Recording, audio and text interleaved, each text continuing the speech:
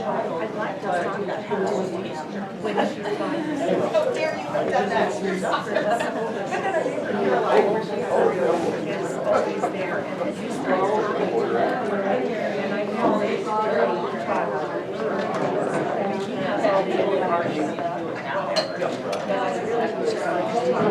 Holly.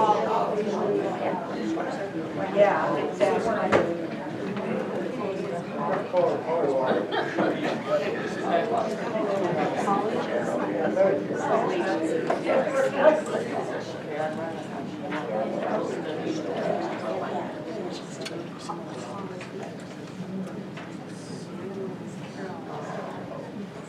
All right, so Exodus chapter 2.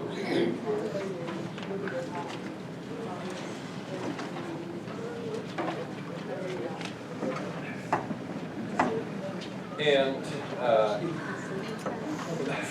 as we get started, can I get a volunteer to read verses 1 through 10 of Exodus chapter 2? We have a bit of review leading into the continuation of our study.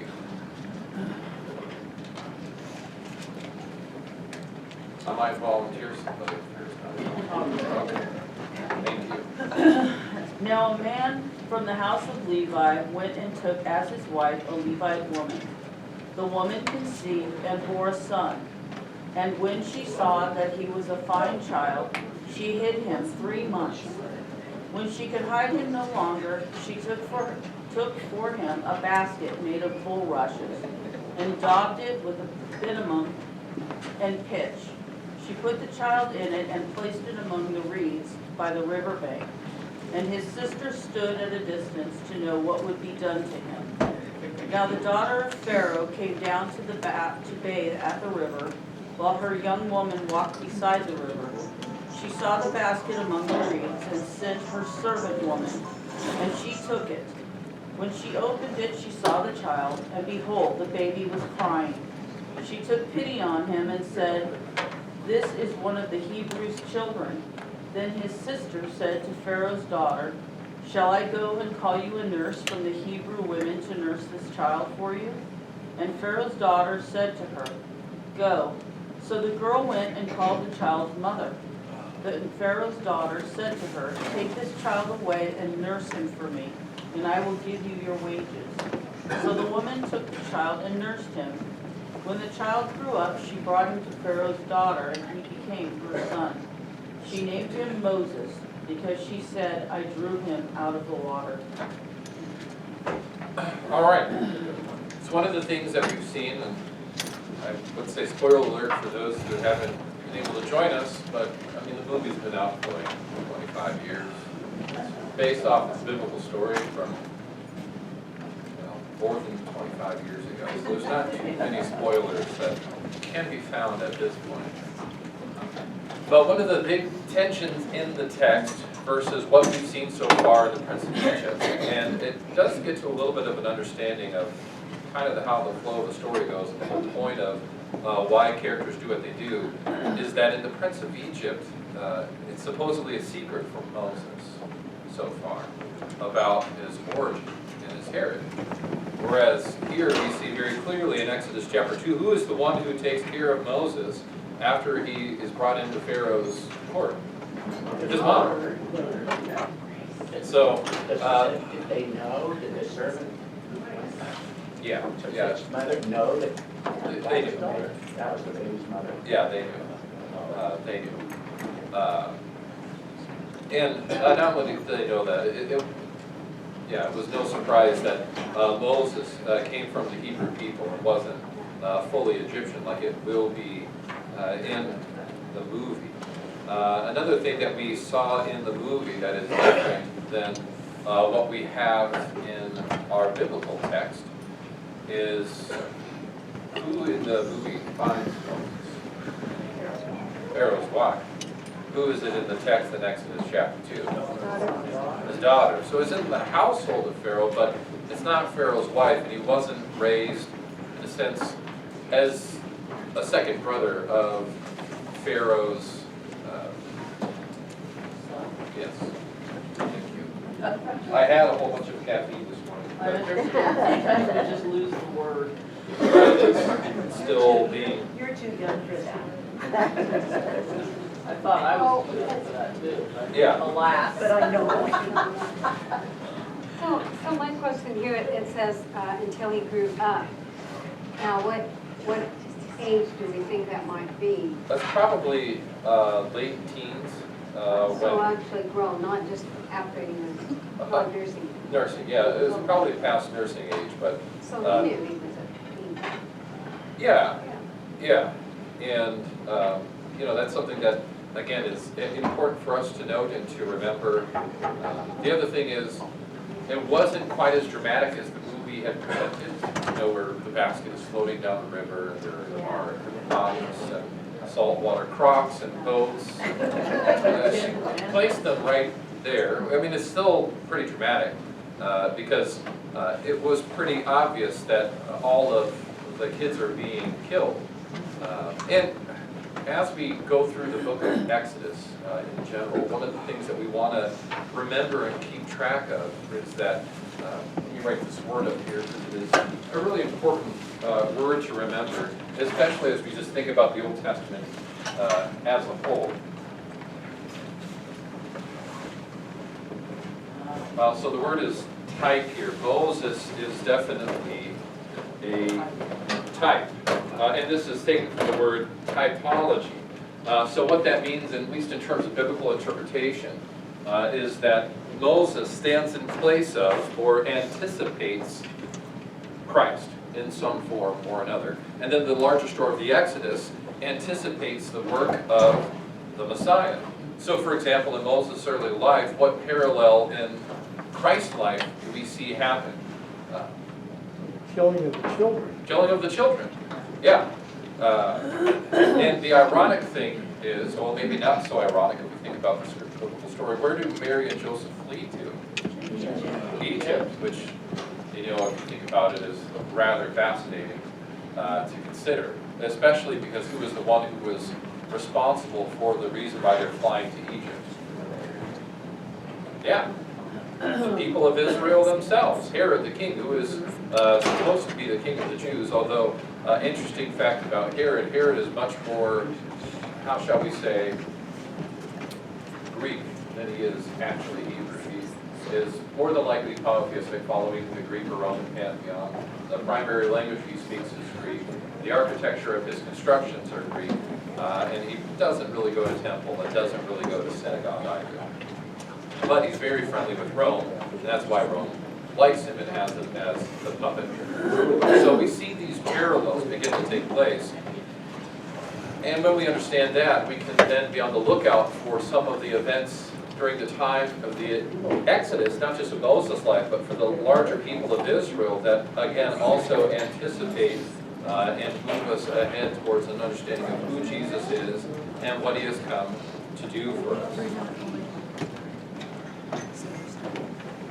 So, that being said, any other questions?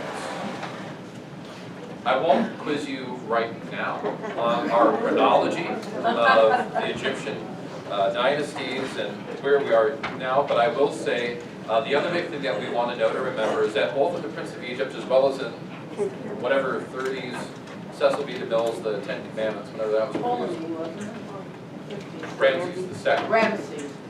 Yeah, Ramses II is the one in the movie, but really, if we look at it both from the biblical chronology and some of the archaeology that we know, it'll be Thutmose II is most likely the pharaoh that is reigning during the time of the Exodus. And the interesting thing about that is that that is at the height of the Egyptian power. The 18th dynasty is where we are at in history in the book of the Exodus, and that is the height of the Egyptian power. So that's where, for us, I think the Prince of Egypt, when it chooses Ramses, is as much calling back the Ten Commandment movie as it is trying to make a biblical interpretation, which again makes sense because this is still a Hollywood production. That being said, we are at 9:15, which we'll go ahead and continue on. And if you have questions, and I invite you to have your biblical text open as you're reading it, And I find it interesting that we've gone through about 35 minutes of the movie and we're only about 10 verses in the book of the Exodus. So just to put it in a little bit of perspective of, where we are at. Oh, can we get the lights, the front bank of lights here? I knew you cared about our freedoms.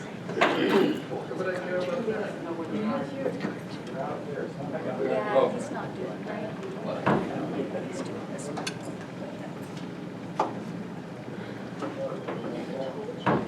Never told me what? But you're here. You must know. Be careful, slave. Oh, there's Prince. She's exhausted from the day's work. Not that it was too much.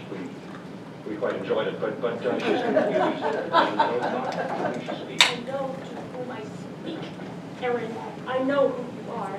But you are not a prince of Egypt. Miriam, what did you say? I just pay her no heed. May I just say something? Aaron, no, please, Moses, you must believe. That's enough. You were born of my mother, Yocheved. Stop it. You are our brother. Now you go too far. You shall be punished. No, please. Your Highness, she's ill. She's very ill. Beg your forgiveness. Our mother said you were driven in a basket to save your life. Save my life? From who? Ask the man that you call father. Dearie. God saved you to be our deliverer. Enough of this. And you are, Moses. You are the deliverer. I said enough! You will regret this night.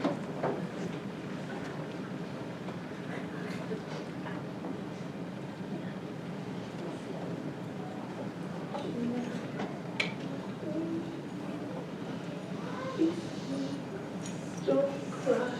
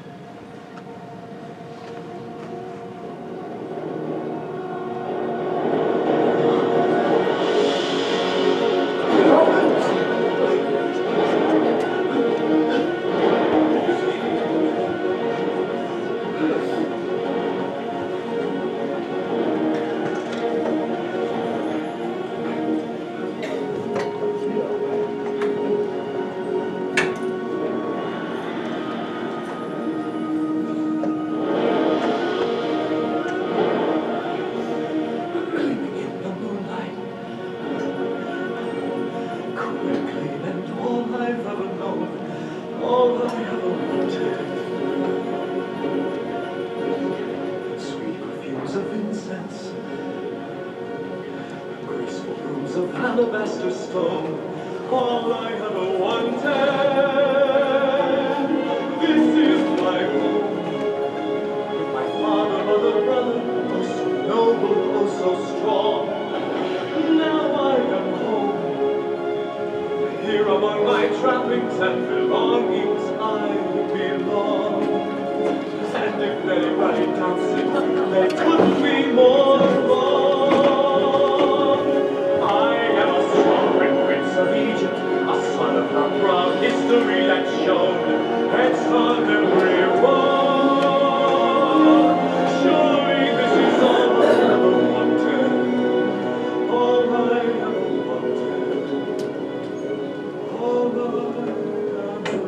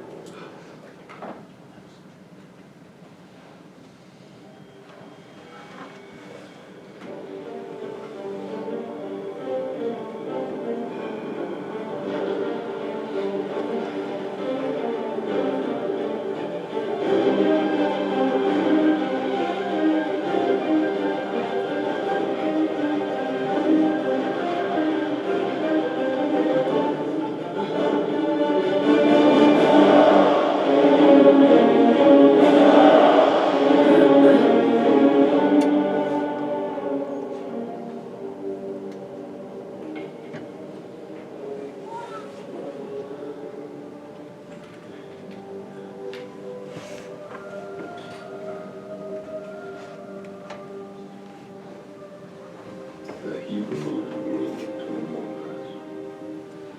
They might have risen against us. But tell me the truth. Moses,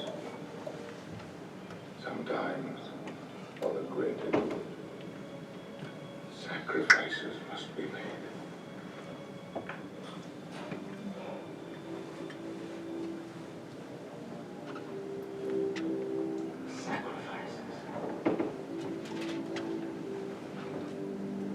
Oh, my son, they were only slaves.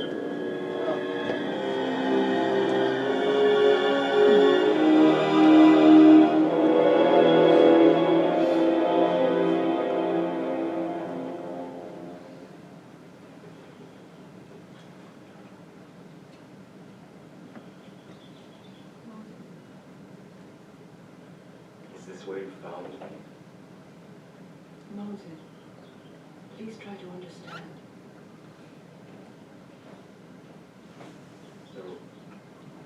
So everything I thought, everything I am, is a lie. No, you are our son, and we love you. Why did you choose me? We didn't.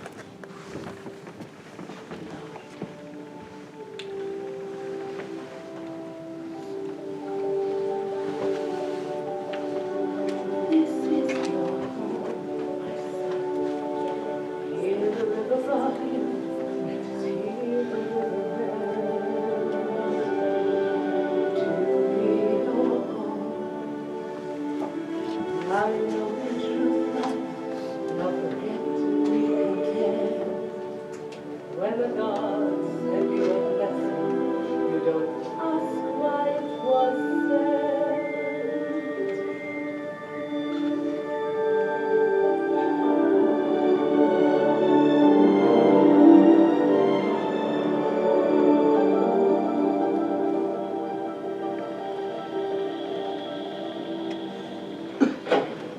Last night, the gods granted me a vision. I'm not merely going to restore this temple. I will make it more grand, more splendid than any other.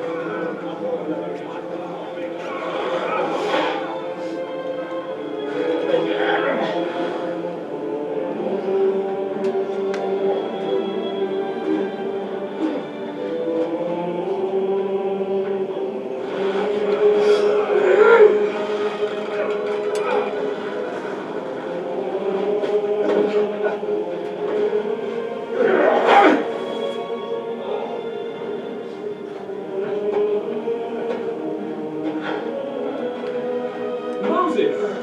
Look, fate has turned our little misadventure into a great opportunity. Your father will be so pleased. Put your back into it! Faster! And this is just the beginning. The gateway will open an entire new city of white limestone fantastic in the sun. And here, a statue of God. Hurry! Great column walls. Stop it! Stop this! Nothing we can do.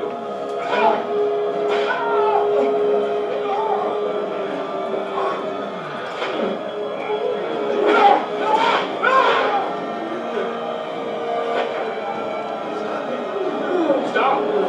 Stop it! Leave that man alone! Moses!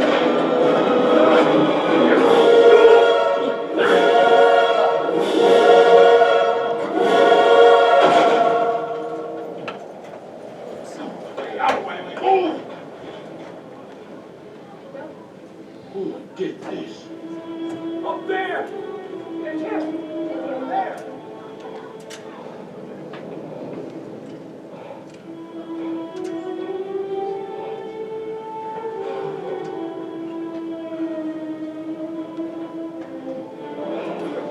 Moses!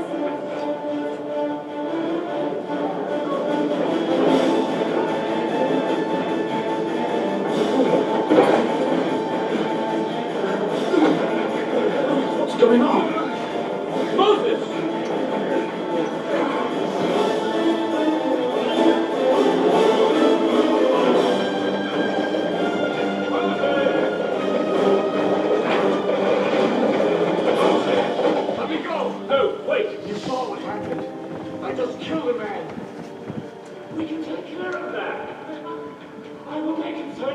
happened? Nothing you can say can change what I've done.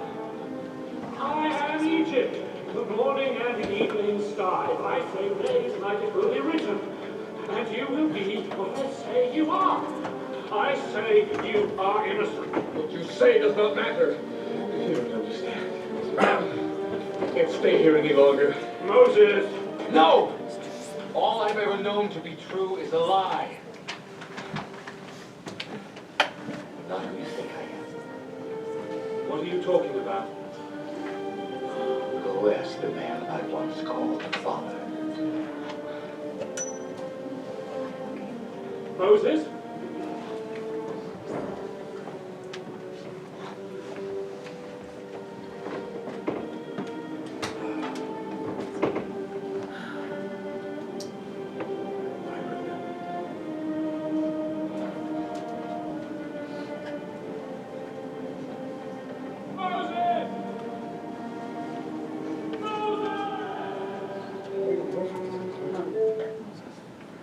So I need you to turn to Hebrews chapter 10.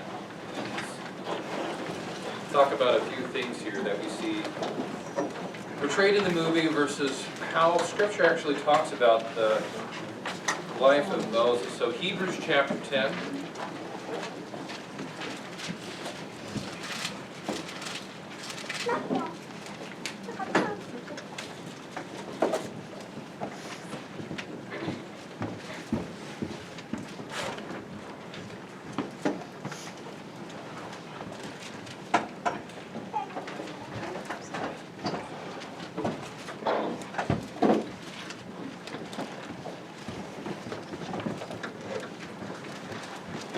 Sorry, 11. I apologize.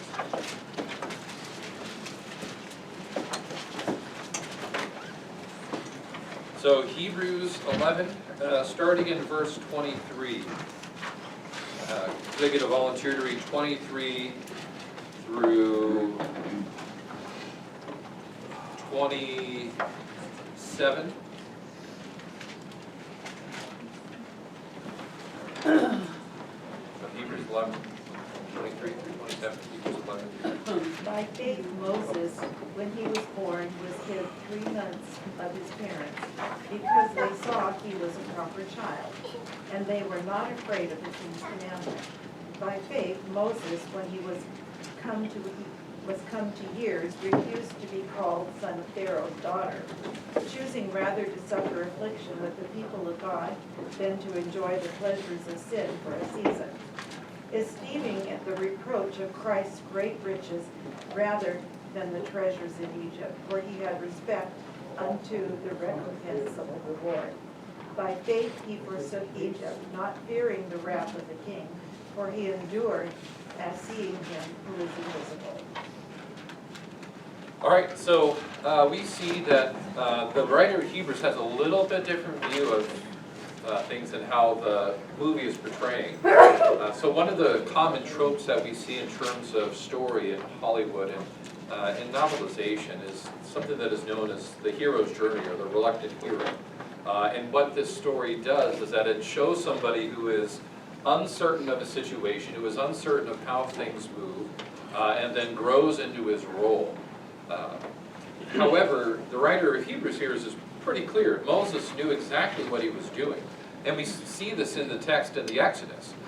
In the movie, is the person killed by accident? Would it be sort of reasonable to think that it was an accidental killing? I mean, he was wrestling with them, but they fell. In the biblical text, it's pretty clear. Moses knew exactly what he was doing. He killed the person for mistreating, as it says in the text, his people. He saw one of his people being mistreated, and he killed the Egyptian and hid his body in the sand. So there was premeditation, if you want to borrow a law term. But Moses wasn't accidentally going into this. He was being rather assertive. And he correctly, in the biblical text, in the Exodus, assumes that Pharaoh is going to want to have his life, which is true. We see that versus here, where Ramses is bending over backwards to convince Moses to stay, saying that he can take care of it, that it's not that big of a deal. The text is a little bit more clear. Moses knew exactly what he was doing. He knew exactly why he was doing it, and the book of Hebrews makes that very known. So we don't have as much of an accidental start to this great hero's journey, but rather we have somebody who, as the writer of Hebrews says, is working by faith. And I think this is a small but significant difference as it relates to this life of faith that Moses lives. Now, does that mean that Moses enters and does things perfectly? To quote St. Paul, by no means. Moses is as much human as you and I, and we're definitely going to see that as we make our way through the larger book and story of the Exodus going forward. But what we do see here in the book of Hebrews is that Moses knew who he was. He knew what he was called to do, but yet he didn't know exactly how that was going to turn out. And so he did everything by faith, which in the larger role of Hebrews chapter 11, we see it's like a who's who of biblical patriarchs and heroes. By faith Abraham, by faith Moses, Gideon, Barak, Samson, Jephthah, David, Samuel, the prophets. You have all these people mentioning who are working by faith, anticipating the Messiah, which in Hebrews chapter 12 is what we eventually work towards. They are all living by faith, anticipating the fulfillment of the work of God in the Messiah, the person of Jesus Christ. Which is why, again, at the beginning of class, we talked about this important concept known as the type. We see these different types of Christ in the Old Testament, whether it be the story of Moses. Moses is a type. Adam is another type. We see all of these people and parts of their lives that are anticipating, and that's the big word we want to remember, and for those in confirmation, and for those who just want to grow in faith. And really all of us are in lifelong confirmation. By the way, confirmation is not 2 years of graduate. It begins when we are baptized, whenever that ends, and it ends in the new creation and the new heaven and new earth when everything is perfect and we will know everything and see everything as God sees through the eyes of life rather than the eyes of sin, death, and the power of the devil. That being said, there are aspects in the story of Moses and in the larger, again, Exodus that are anticipating, that serve as a type of work to show what will come about when Jesus makes his appearance into the world. With that being said, let's briefly turn to Exodus chapter 2. Pastor, Yes. why does the writer of Hebrews contradict Exodus when he says, by faith he left Egypt, not fearing the wrath of the king? Yeah, that's a good question. I would say it's not as much a contradiction as we see the story later pulled out. He knows that Pharaoh is going for his life. He is afraid not of Pharaoh killing him, but of it being known. Surely it will be known. And then it's after it was known that Pharaoh seeks to kill him, but he doesn't know how Pharaoh's going to react. He's just afraid that word is going to get out. So he's not afraid of death, he's afraid of, well, reputation. And frankly, I think that's us. I think there are some things probably in all of our lives that we would almost rather die than have come out. We're less afraid of death than we are afraid of being embarrassed at times. And so I think the point of Hebrews is, again, it's all about not being afraid of death, but anticipating the life that comes about through the Messiah.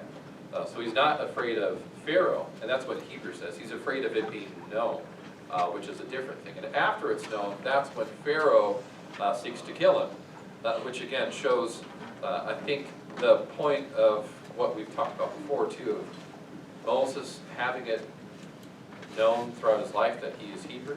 If he was truly raised as a prince of Egypt and as a son of Pharaoh, even if it was an Egyptian worker who was killed, it was not going to be a penalty worthy of death. But certainly this shows that Moses was probably acutely aware of his heritage. He was acutely aware of the plight of the people. And Pharaoh, after seeing, or really after hearing what happens, wants to head off any usurpation of his power and authority for it becomes too great for him to handle. Because again, why does Pharaoh and the people of Egypt react in such a way that they do by the time we pick up in Exodus chapter 1? Because the people of Israel had grown numerous, and they were afraid of the potential strength and the overthrowing of their kingdom. And why is this baked into their fear? Because of the previous rulers of Egypt who had similarities to the people of Israel, both in language, in religion, and in general cultural heritage. They were not native Egyptians, the previous ruling dynasty. And so once the proper Egyptian dynasty was restored, anything that could be a threat and also that reminded them of the previous set of rulers was going to be stamped out as much as they can. But as I